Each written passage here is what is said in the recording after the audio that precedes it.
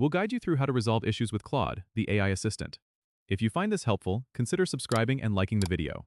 First, open your web browser and head to the Claude official website. Make sure you're logged into your account. Once you're there, go to the support section, which you can find in the lower left corner menu bar. Click on it, and you'll see a list of common issues. Select the issue you're experiencing with Claude.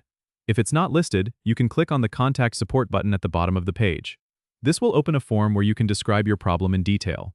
Make sure to include any error messages or unusual behavior you've noticed.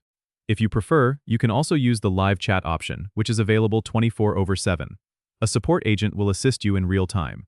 If you find that Claude is running slowly or not responding as expected, try clearing your browser cache and cookies to see if that resolves the issue.